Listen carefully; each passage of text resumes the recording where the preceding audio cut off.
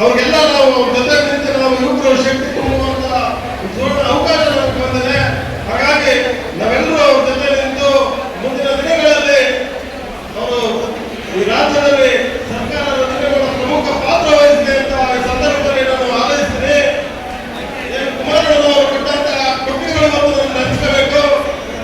ಏನು ಬಡವರ ಬಂಧು ಅಂತ ಇವರು ಬೀದಿ ಬದಿ ವ್ಯಾಪಾರಿಗಳಿಗೆ 10,000 ಬಡ್ಡಿ